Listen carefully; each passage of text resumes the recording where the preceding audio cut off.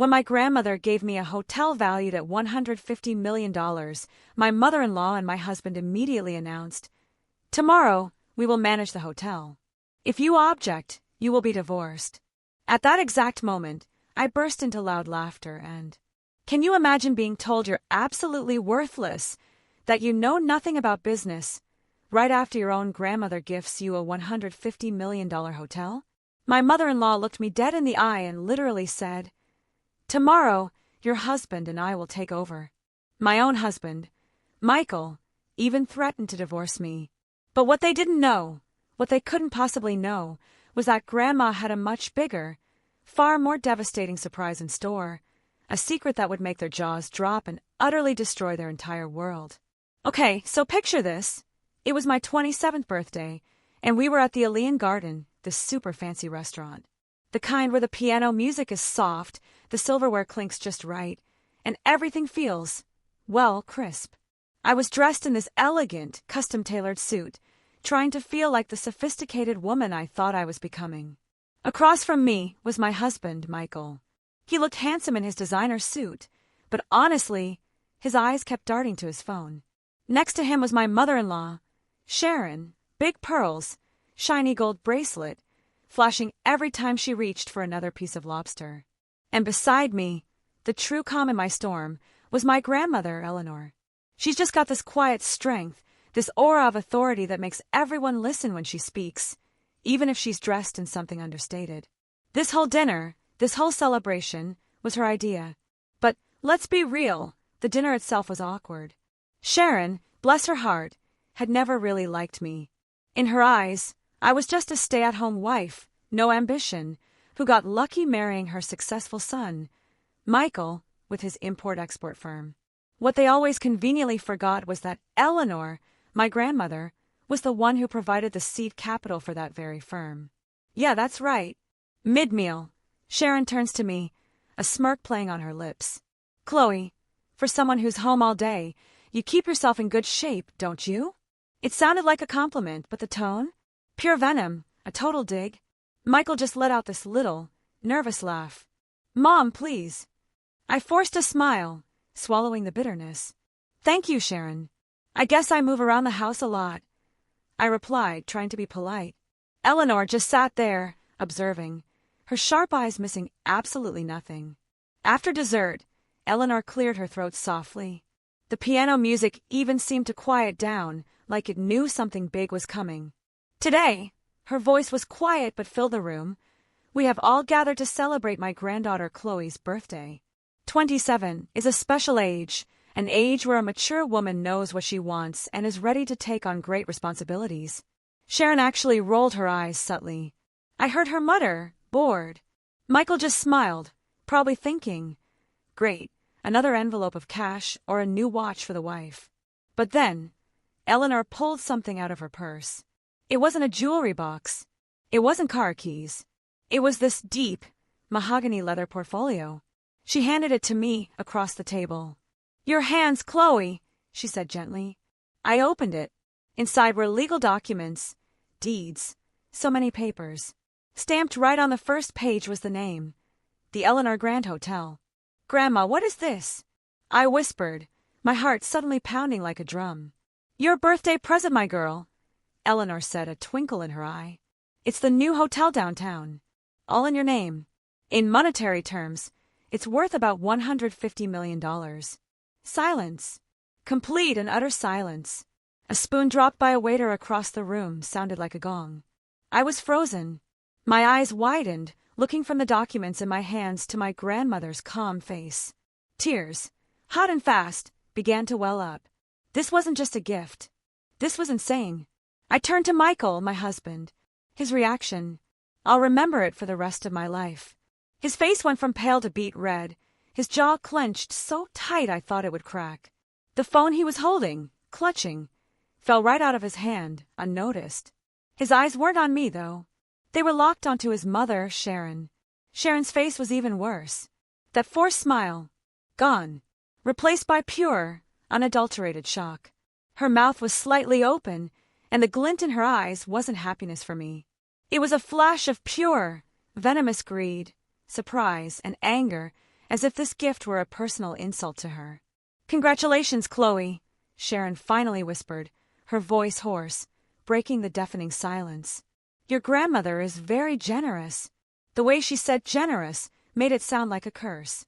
Michael quickly scooped up his phone, then let out this forced, unnatural laugh. $150 million? Ha! Grandma, are you serious? This is incredible, honey.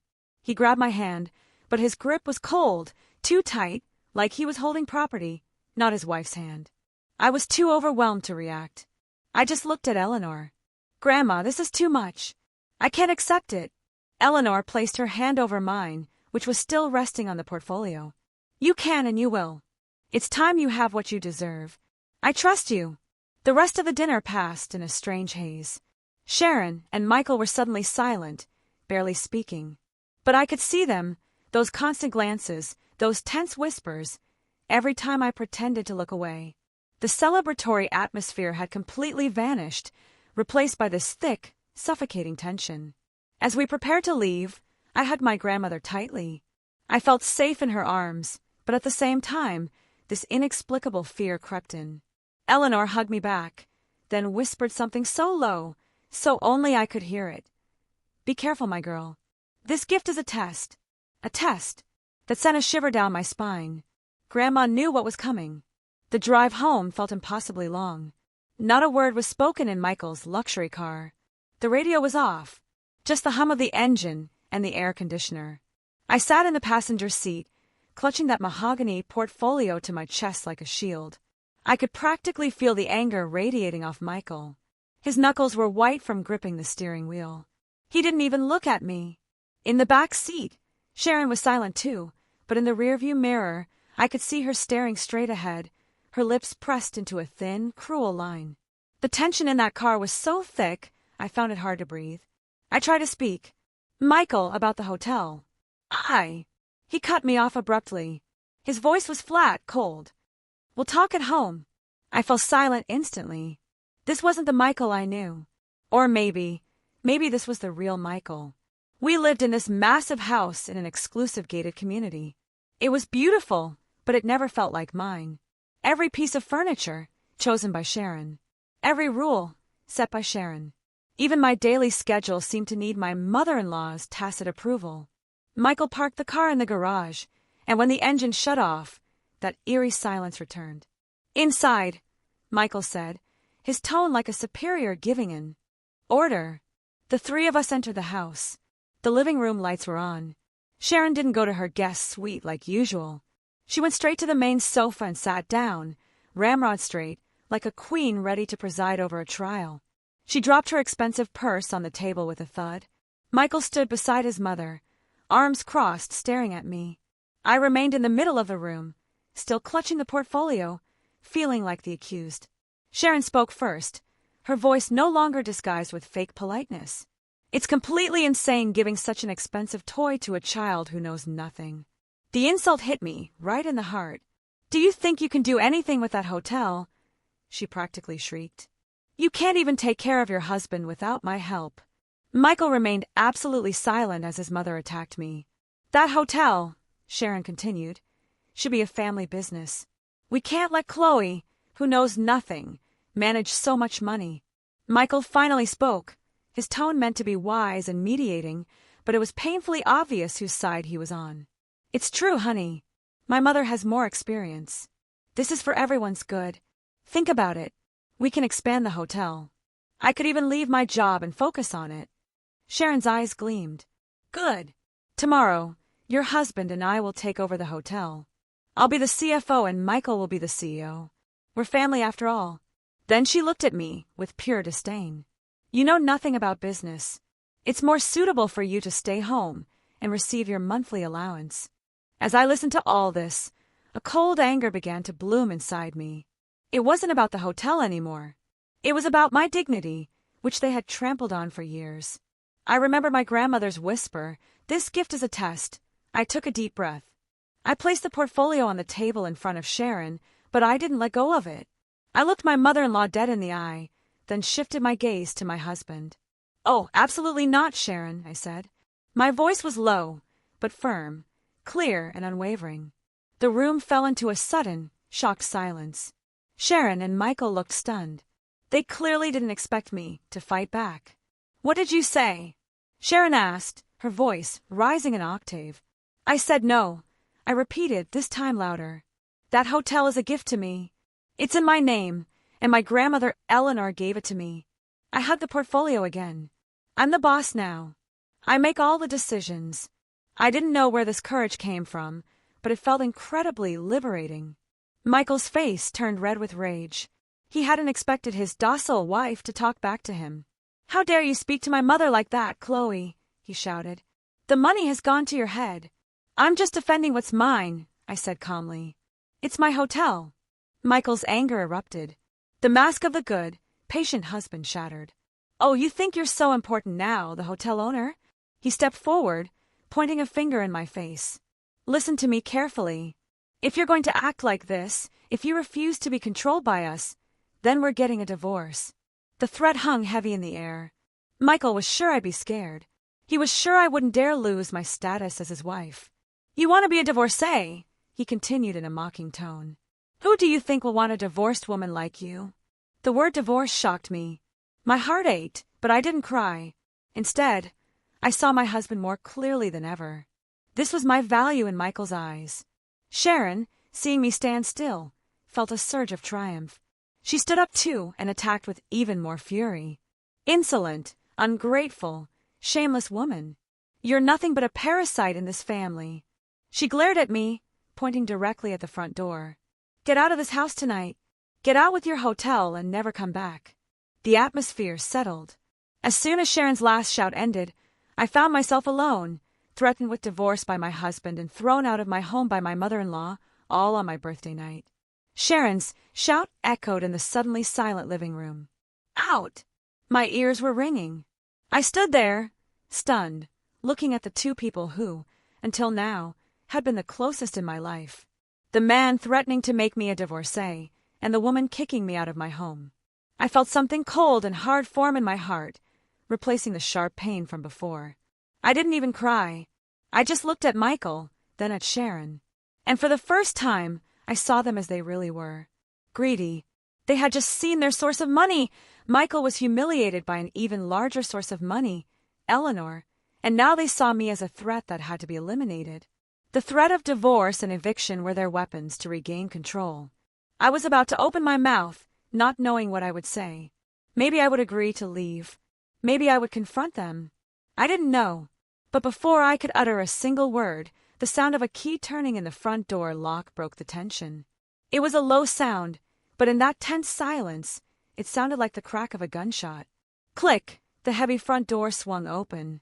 Michael and Sharon were startled. They expected me to be leaving through that door, not someone coming in. Eleanor stood on the threshold. Behind her were two burly men in black suits, their faces expressionless. Eleanor didn't look angry. She looked calm, and that calmness felt much more terrifying than anyone else's anger in that room. She walked in, her flats making no noise on the marble floor. "Grandma," my voice trembled. It was the first thing I had said since the threats were hurled. Sharon, who had been surprised by the unexpected visitor, quickly recovered, her surprise replaced by a new wave of anger. This was her stage, and Eleanor was interrupting. "Stay out of this, ma'am," Sharon yelled, feeling her authority as the lady of the house being threatened. "I'm disciplining the shameless daughter-in-law. She dares to talk back to her husband and mother-in-law." Sharon moved towards me, trying to grab my arm. "And I'm kicking her out of my son's house." Eleanor raised a hand. It was a small gesture, just her palm extended, but it was enough to make Sharon stop dead in her tracks. "Disciplining," Eleanor repeated, her voice low but cutting. "Kicking her out." Eleanor let out a small laugh, a dry, humorless sound. "Sharon, you can't kick the owner out of her own house." That statement hung in the air. Sharon frowned, confused. "What are you talking about, you senile old woman?" "Of course. This house belongs to my son. Michael bought it." Michael, who had been silent all this time, started to sweat. He looked at his mother, at Eleanor, and at me. He knew exactly what Eleanor was about to say. His face was pale. "Grandma, please," Michael whispered, but Eleanor paid him no attention. Her eyes were fixed on Sharon.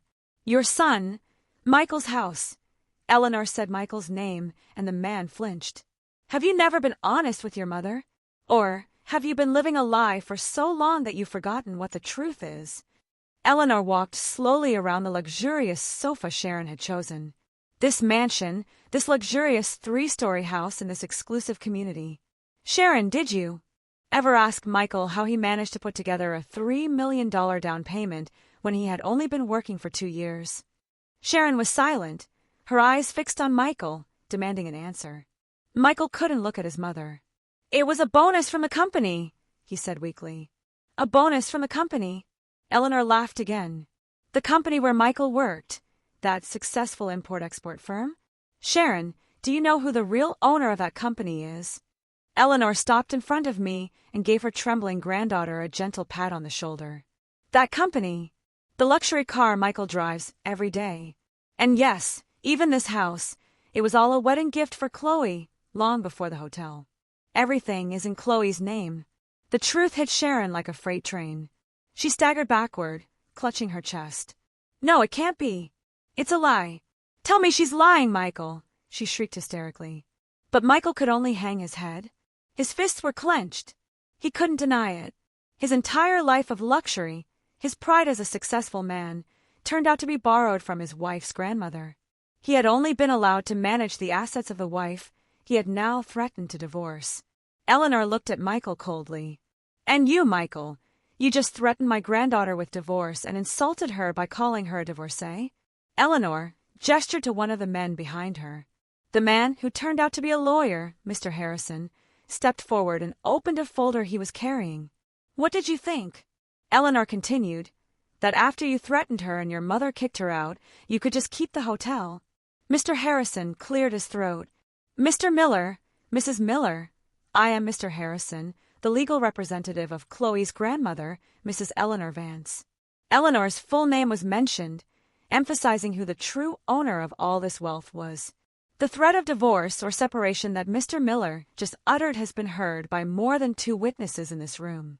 That already has legal standing and can be a solid basis for a divorce filing. Sharon's jaw dropped. Divorce? Who's talking about divorce? We didn't talk about divorce. Mr. Harrison looked at her expressionlessly. My client's husband just yelled, "We're getting a divorce." My client, Mrs. Chloe Miller, has accepted those words as an intention to divorce. No! Michael shouted, finally breaking out of his frozen state. I didn't mean it. I was upset. Chloe, honey, it was an outburst. Eleanor interrupted him. It's too late. My patience has run out. 4 years, I have kept silent as I watched my granddaughter be belittled in her own home, treated like a maid. By you, Sharon, and betrayed by you, Michael, who instead of defending your wife, followed your mother's greed. Eleanor looked at me. Granddaughter, bring that portfolio. I, still in shock, nodded and took the hotel portfolio I had left on the table. And now, Eleanor said, her voice calm again, this is my granddaughter Chloe's house, and you too are unwelcome guests. Sharon was trembling, no longer with anger, but with fear. You can't do this. This house is mine.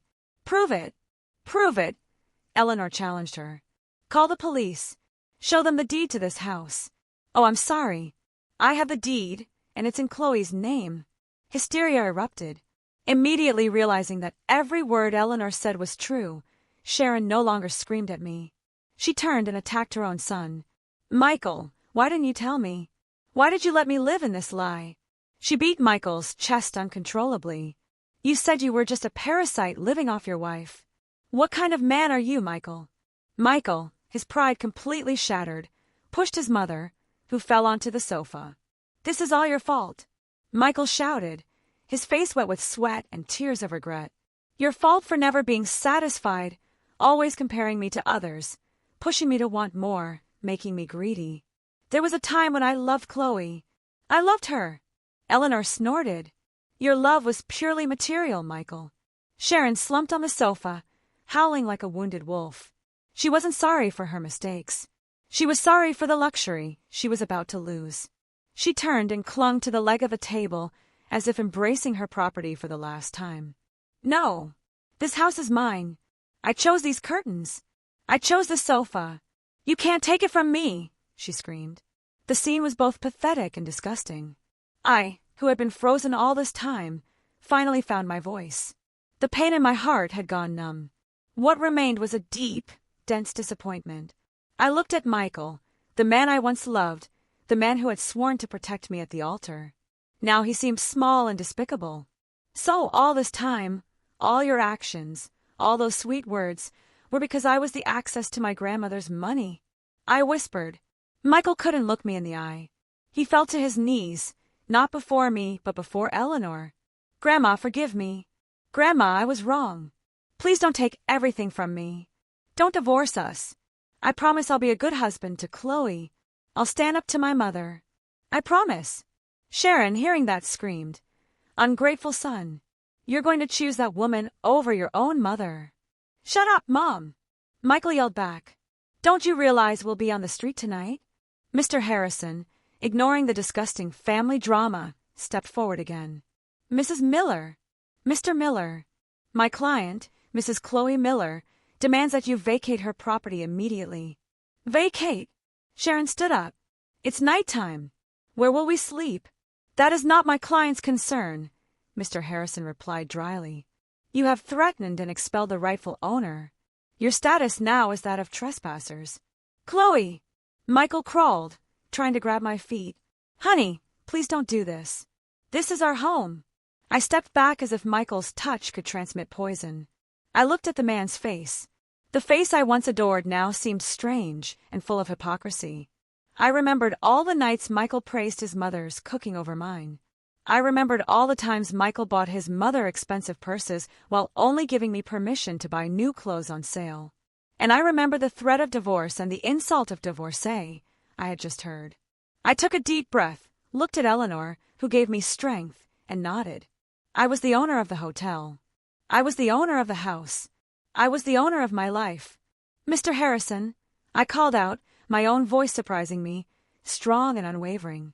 Give them 15 minutes to collect their most important personal belongings. Michael and Sharon froze. The order had come from me, not Eleanor. Chloe, you don't mean it. Michael moaned.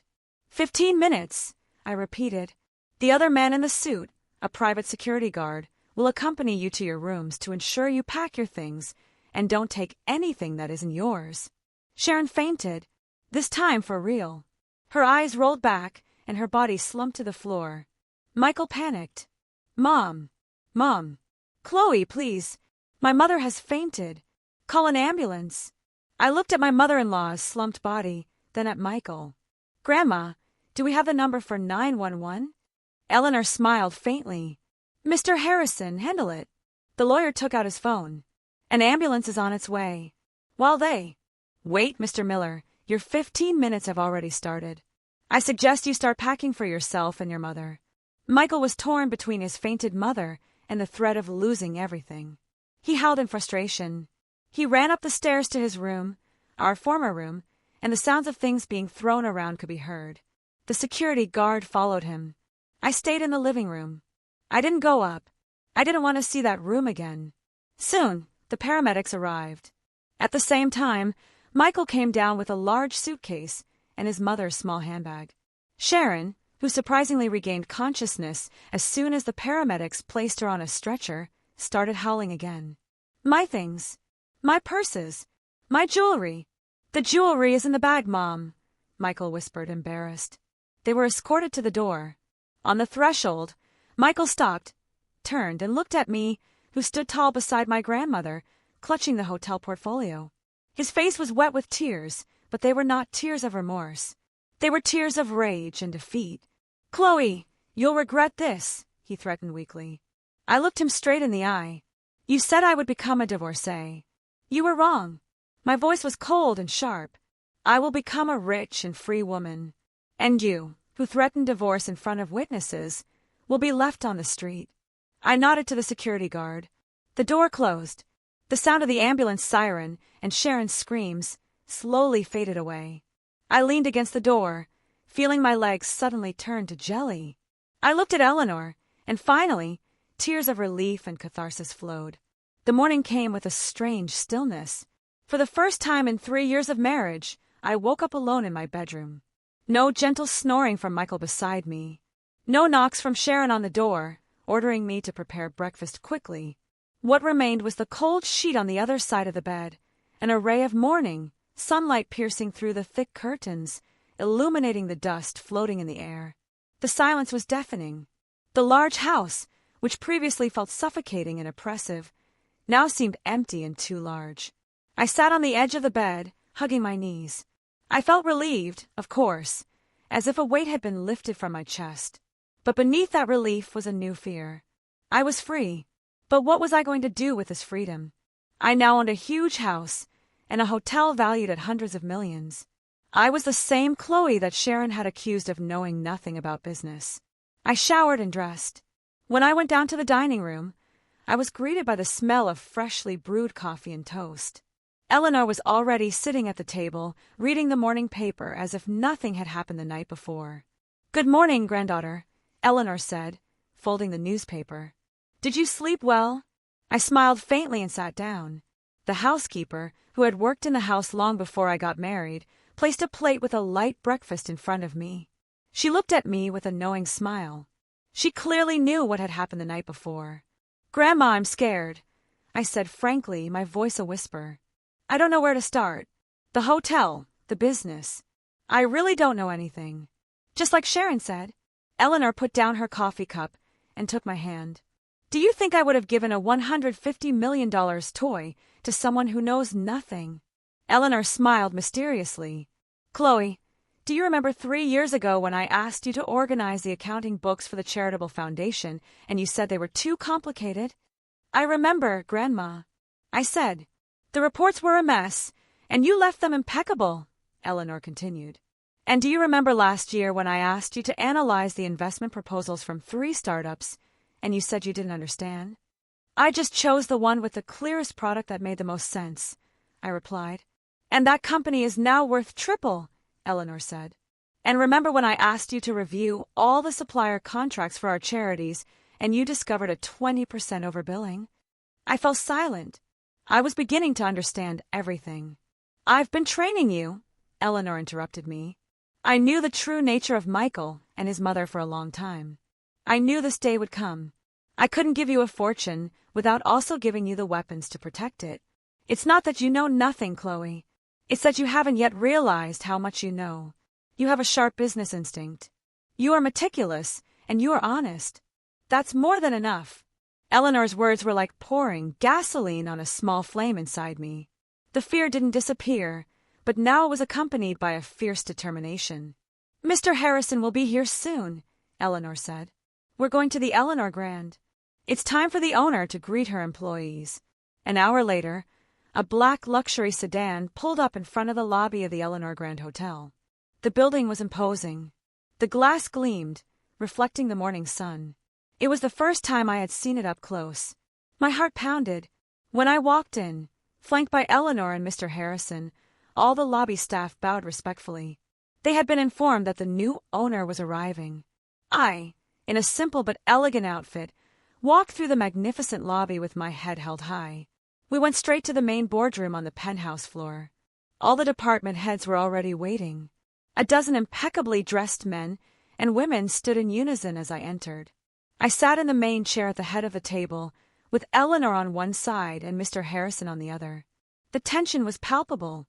I could feel their stares. Curiosity, skepticism, and a slight disdain.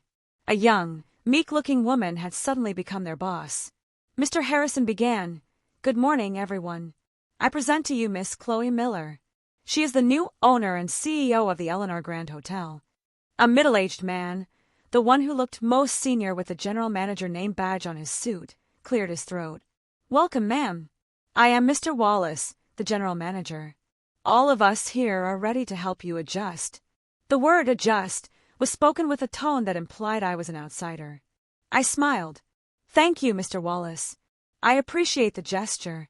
Then I looked at each of the managers in the room. "I won't beat around the bush. I know I'm new here, but this hotel is mine, and I intend to know everything that happens in it." My gaze fell on a man sitting next to Mr. Wallace, who was holding a tablet. Mr. Peterson, you're the finance manager, correct? The man named Peterson was a bit surprised that I knew his name. Yes, ma'am. I reviewed a brief financial report last night, I said, surprising everyone in the room. I noticed a rather large, new expense item in the last 2 weeks related to a company called Future Forward Consulting. Could you explain what this consultancy is for and why a year's worth of fees was paid up front? Mr. Peterson instantly broke into a cold sweat. He didn't expect the new owner to notice that detail so quickly. Mr. Wallace shot him a sharp look. It's a consultancy for operational efficiency, ma'am, Mr. Peterson stammered. Operational efficiency? But another report shows that our operating costs increased by 5% last week, I countered. My eyes, once soft, now seemed sharp. And as for Future Forward Consulting, I asked Mr. Harrison to check on it this morning. The company was registered only 2 weeks ago. The room went silent. Mr. Peterson's face turned white. He knew he was caught. Mr. Peterson, my voice was now soft but full of pressure. I'm not here to make enemies. I'm here to protect my assets. I'll ask you one more time. Who authorized this payment? Mr. Peterson swallowed hard, looked at Mr. Harrison, looked at Eleanor, who was watching him without blinking. He knew if he lied, his career would be over. Finally, he broke. I'm sorry, ma'am, he whispered in a trembling voice. The order came from Mr. Miller. The whole room held its breath. Mr. Miller, I repeated, feigning confusion on purpose. What authority does my husband have in this hotel? He said he represented the owning family, Mr. Peterson continued, now resigned. He said it was to secure, well, a portion of the assets before you took full control. He brought the contract and pressured me to process the payment that same day. He ordered me to create the fake consulting contract. This confession was like a bomb. I felt a chill of cold victory. This was my first step. I looked at all the managers. As of today, I said firmly, I am announcing a full external audit of all departments. And Mr. Peterson, thank you for your honesty. Please give Mr. Harrison all the documents related to Future Forward Consulting and all correspondence with Mr. Miller. While I was taking my first steps as the queen of the hotel, Michael and Sharon were experiencing their first fall. The ambulance that had taken Sharon the night before, after an ER checkup determined she was perfectly fine, deemed it a false call and billed them the full cost. They didn't have that much cash. With what was left in Michael's wallet, they ended up renting a small, seedy motel room on the outskirts of the city that smelled of stale cigarette smoke and mothballs. The ceiling fan spun slowly, making a deafening screech.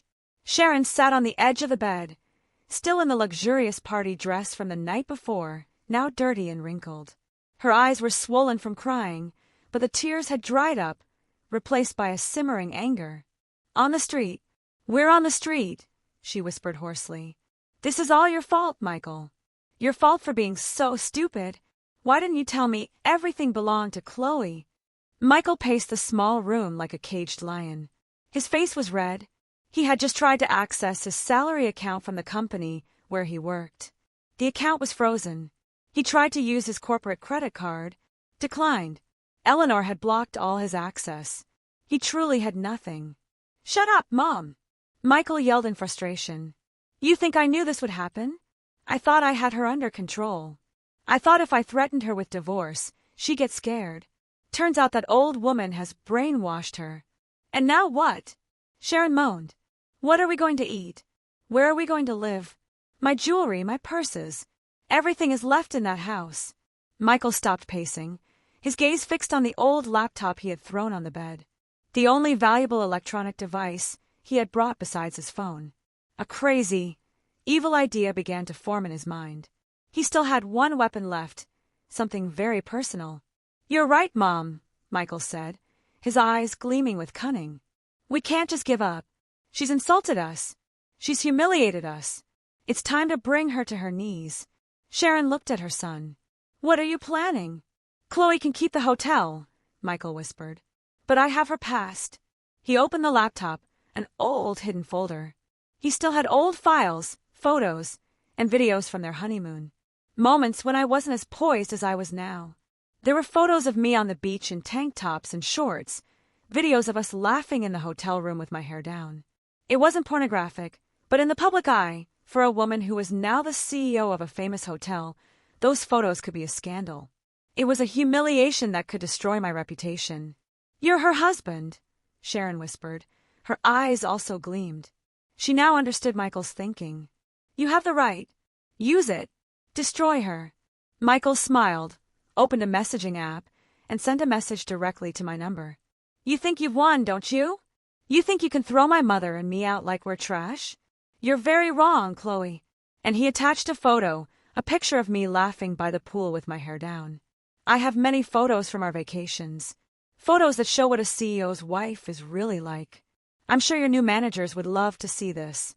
Transfer 50% of the hotel's value to my new account in 24 hours, or everyone will see what a hypocrite you are. He pressed send. Michael leaned back, feeling victorious. He was sure I would be scared. He was sure I would do anything to protect my image as a good woman. In the penthouse of the Eleanor Grand Hotel, I had just finished a marathon meeting with the audit team. I was tired but satisfied. My phone buzzed. I opened it, thinking it was from Eleanor. My gaze froze on the screen, the photo, the memory, and the blackmail message beneath it. I felt my stomach churn. Nausea rose in my throat. This was different. This wasn't about money or the house. This was about my honor. I felt exposed. I felt dirty. I felt just as Michael wanted me to feel, weak and scared. My hands were shaking. I ran immediately to Eleanor's office next to her suite. Eleanor and Mr. Harrison were reviewing documents when I burst in without knocking. My face was pale. "Grandma," I whispered, handing her the phone. Eleanor looked at the photo and then read the message. Her previously serene face hardened instantly. "Wretch," she whispered, her voice full of venom. Mr. Harrison read it over Eleanor's shoulder. "Grandma, what do I do? Do I give him what he wants? I don't want those photos." I started to cry. "No," Eleanor said firmly. "We don't negotiate with terrorists." Mr. Harrison, on the other hand, seemed calm. There was even a faint smile on his lips. "Ma'am, please calm down," he said. "Don't respond. Don't say anything." "But Mr. Harrison, this is—" Mr. Harrison pointed to my phone. "He has just given us the greatest gift he could offer." Eleanor and I looked at him, confused. "Your husband," Mr. Harrison continued, "has just committed 2 serious felonies simultaneously: extortion and a severe violation of privacy laws for attempting to disseminate private content without permission. If we add the evidence we have from Mr. Peterson about the attempted embezzlement of hotel assets, our position in the divorce and in a criminal proceeding is unbeatable. He just handed us the rope to hang himself with." I stopped crying. My fear began to turn into a cold rage. "So what should I do?" "We will file for divorce today," Mr. Harrison explained. "And we will file a police report for this blackmail attempt. Let him wait for the transfer that will never come. Let him get nervous. In his panic, he's sure to make another mistake." I took a deep breath, looked at Mr. Harrison, and looked at Eleanor. I nodded. "Do it, Mr. Harrison," I said. My voice was now steady. "Use everything necessary. I don't want to see his face again, except in a courtroom." This silence was much more terrifying than anger. "She's ignoring us," Sharon whispered, her broken nails drumming on the old wooden table. "How dare she? How dare she stay silent after what you sent her?" Michael felt a nauseating wave of frustration. His last personal weapon against me hadn't worked. Or worse, I didn't care. With the initial information obtained from the finance manager, Mr. Peterson, the newly appointed team of external auditors went to work. They were like a team of surgeons, dissecting the layers of the hotel's operations, and what they found was shocking. Michael's attempt to embezzle funds through a shell company was just the tip of the iceberg. This company, after investigation, transferred a monthly commission to a private account in the name of Mr. Wallace's wife. Michael, in his hasty greed, had simply taken advantage of an existing system of corruption. He and Mr. Wallace were 2 parasites feasting on the same body, the hotel. That afternoon, I called Mr. Wallace to my office. Mr. Harrison and 2 auditors were waiting for him. "Mr. Wallace," I greeted him calmly, "I wanted to ask you about our contract with Vega Foods." The man still tried to force a smile, but it was awkward. "Of course, ma'am." They are our best suppliers. Perhaps the best at overbilling, I retorted. The auditor presented a pile of evidence: inflated invoices, bank transfer records to his relative's account, and the testimony of the head chef who had complained that the quality of the products was often below expectations. Mr. Wallace's face went from white to ashen. He knew he was finished. This is a misunderstanding. This is theft, I interrupted him. My voice was icy. Mr. Wallace, you are terminated, effective immediately and without severance. Mr. Harrison will proceed with a criminal complaint for embezzlement of company funds. Hand over your access card. Mr. Wallace slumped in his chair. His downfall, so swift and decisive, sent a message throughout the hotel. The old era was over. Meanwhile, in the seedy motel room, time continued to pass. The 24 hours were up. Michael, in a fit of blind rage, made his second fatal mistake. She thinks I'm kidding, he growled. He opened a new, anonymous social media account. He posted one photo from his collection. The photo was blurry, showing only my back with slightly damp hair. He added a caption: "Curious to see the real face of the CEO of the Eleanor Grand Hotel? This is just the beginning." And he tagged the location of the Eleanor Grand Hotel. "Your time is up, Chloe. Get ready to be famous." He sent a new message to me, attaching the link to the account. But he didn't know that Eleanor's digital security team was waiting for him. Within minutes, the account was mass reported and suspended by the platform. The photo disappeared before almost anyone could see it. That evening, the private investigator, Mr. Morales, met with Eleanor again. He carried a thin folder. "As you suspected, ma'am," he said quietly, "Sharon has serious problems. Gambling debts. It started with small-time card games, and then she got into high-stakes poker games. She lost a lot. To cover it, she borrowed money from loan sharks." Eleanor listened intently. "What is the total principal she owes to 3 different lenders?" "Around $3 million. With interest, it could have already reached $4 million, Mr. Morales reported. I, who had just joined the meeting, covered my mouth in shock. $3 million. She planned to use the hotel, Eleanor concluded. She wanted to turn my granddaughter's hotel into her personal ATM to pay off her gambling debts. "There's more, ma'am," Mr. Morales continued. "Those creditors are not ordinary people. They gave Sharon a final deadline. The deadline was yesterday. They are desperately looking for her." Eleanor looked at the report in her hands. The address of the motel was there. Mr. Morales had found them. "They know Sharon has lost her source of money," Mr. Morales whispered. "They won't be playing games." Eleanor was silent for a moment, then looked at Mr. Morales. "Good. It's time for the creditors to know where she's hiding." The war was launched on 2 different fronts.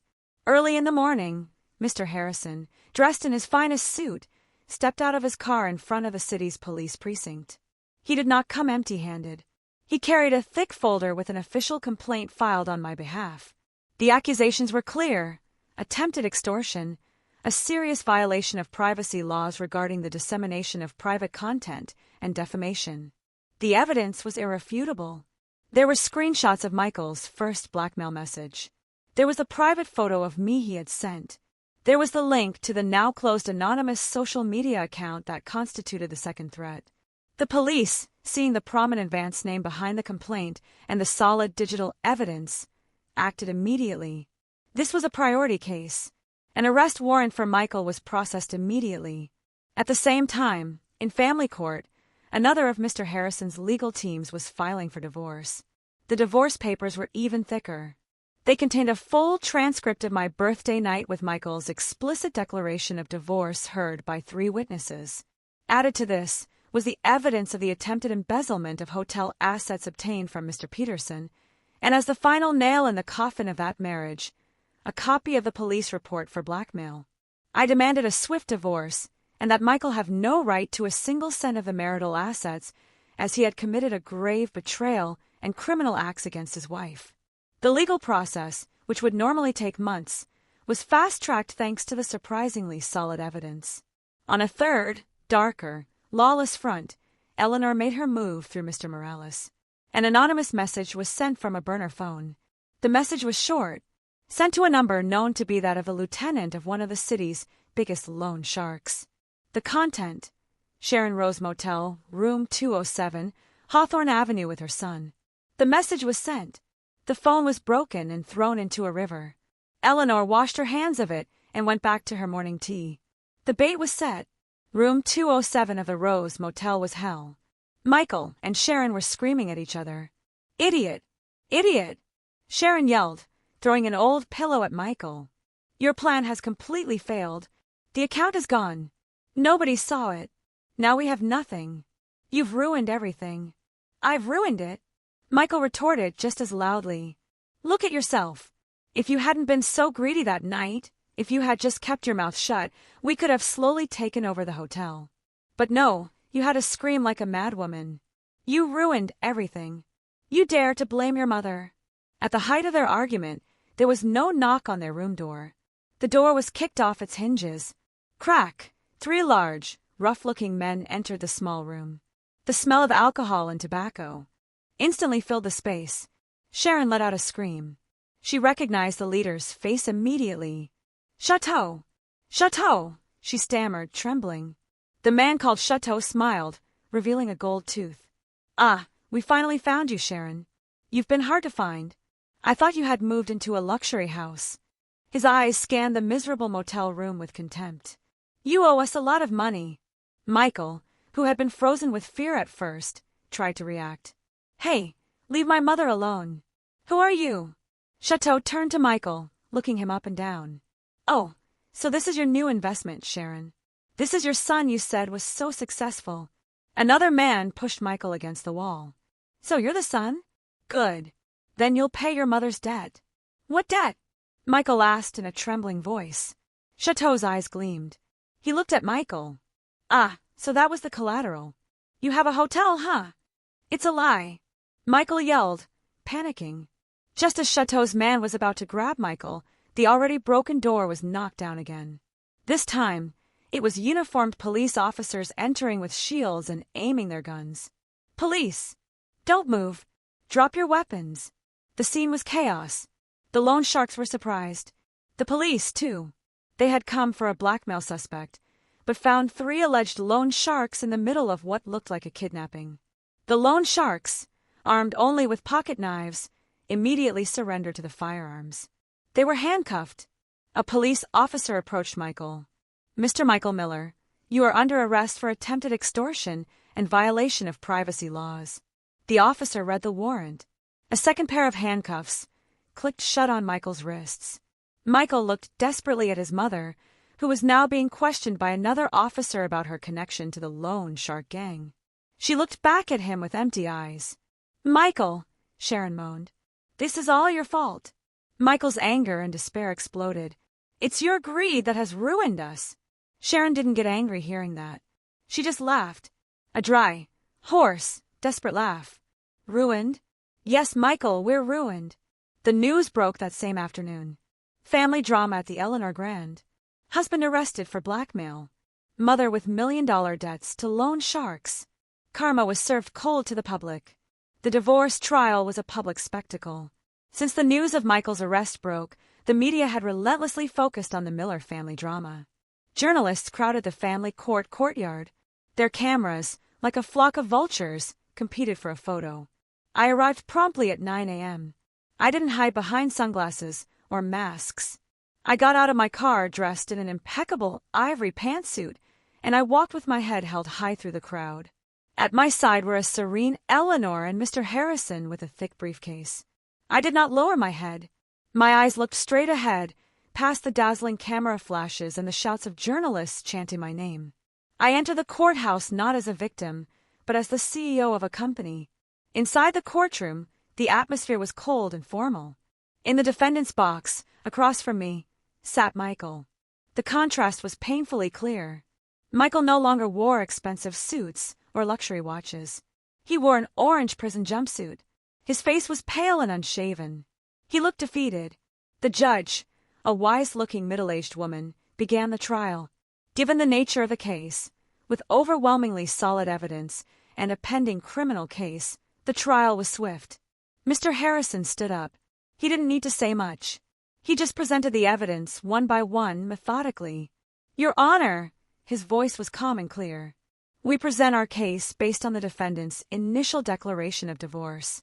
The defendant consciously expressed his intention to divorce my client, Mrs. Chloe Miller, in front of 3 witnesses. Mr. Harrison called Eleanor and one of the men in suits who had accompanied her that night as witnesses who testified under oath. Second, Mr. Harrison continued, it is proven that the defendant committed a grave act of betrayal by conspiring with his mother, Mrs. Sharon Miller, to attempt to embezzle my client's assets. He presented a second file. Inside was the written testimony of the finance manager, Mr. Peterson, and a copy of the fake future forward consulting contract. And third, Your Honor, Mr. Harrison's voice grew graver. Even after being expelled from my client's property, the defendant proceeded to commit the crimes of extortion and violation of privacy laws. He presented a third file. Inside was a copy of the police report, screenshots of the blackmail messages, and the private photo of me presented as evidence. A murmur of surprise ran through the courtroom. The judge read the documents. A deep furrow formed on her forehead. She looked at Michael coldly. Defendant, do you wish to refute this evidence? Michael trembled. He looked at me. I met his gaze. My eyes were serene, without hatred or love, only emptiness. It's a lie, he mumbled. It's all a lie. She brainwashed me. She. From the back of the courtroom, Sharon stood up and screamed. He's right. That woman is a witch. She has brainwashed him. The scene became chaotic. The judge slammed her gavel. Silence. Bailiff, remove that spectator from the courtroom. Sharon fell back into her seat, her body trembling violently. Michael continued to ramble. Chloe, please don't divorce me. I love you. Don't ruin my life. But it was too late. The judge cleared her throat and looked at Michael with an expression of disgust. Defendant, not only have you failed as a husband, but also as a human being. The court's decision is as follows. 1. The divorce between Chloe Miller and Michael Miller is granted effective immediately. The first bang of the gavel sealed it. 2. The judge continued. Since this divorce is based on the grave fault and crimes committed by the defendant, it is declared that the defendant's right to any marital property is completely nullified. The second bang of the gavel was the final nail in Michael's coffin. He got not 1 cent. In the back row, Sharon howled hysterically. She knew it was the end. Michael slumped, powerless. His handcuffs clinked. He was nothing anymore. No wife, no house, no company, no fortune. All he had left was an orange prison jumpsuit and a criminal case waiting for him. I closed my eyes for a moment and took a deep breath. I didn't feel victory. I just felt freedom. I stood up, gave a respectful nod to the judge, and turned around. I walked out of the courtroom without looking back. I didn't need to see Michael being dragged away by the guards. I didn't need to hear Sharon's howls screaming my name. Outside, the camera flashes erupted again, but this time I stopped. I stood in front of dozens of microphones. Today, I said, my voice clear and broadcast across the country. Justice has been served. The legal system has protected me. Thank you. A journalist shouted. Miss Miller, do you have any message for your ex-husband? I looked directly at the camera. He is no longer my husband.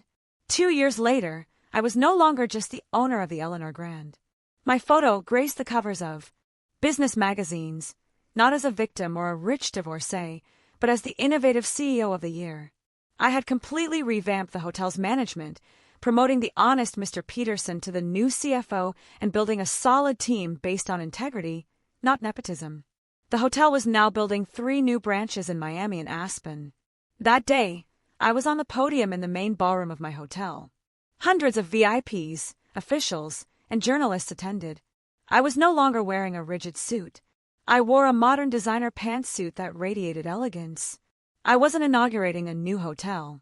Today, I was launching the Eleanor Vance Foundation for Women. I am here, my voice resonated in the room, not just as a CEO.